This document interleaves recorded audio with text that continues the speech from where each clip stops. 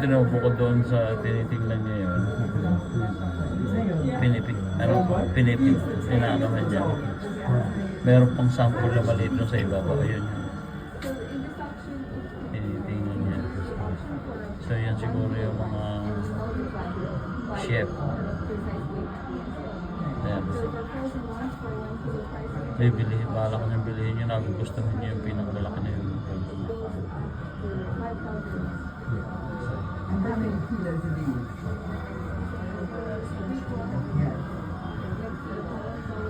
Ayun, binabalikan niya palagi yung isa na yun, no?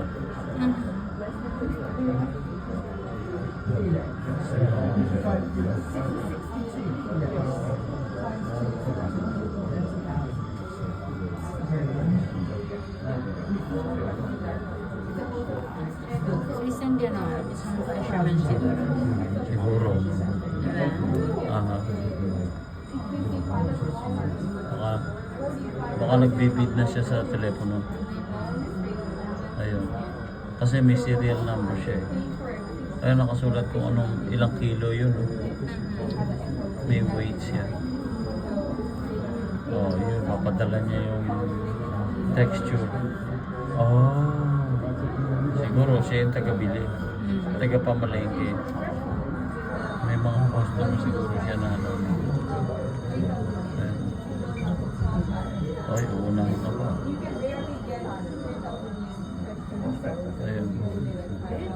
Oh, pwede mo tipakin ng tipakin yung liko.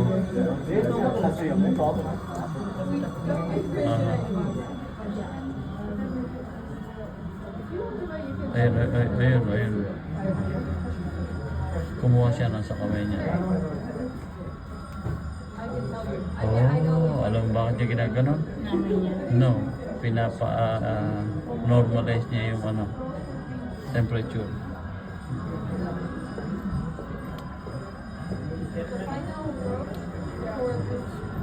Okay, kasi mag-ano na sila, mag-auction na siya. Ito na mag-auction na siya.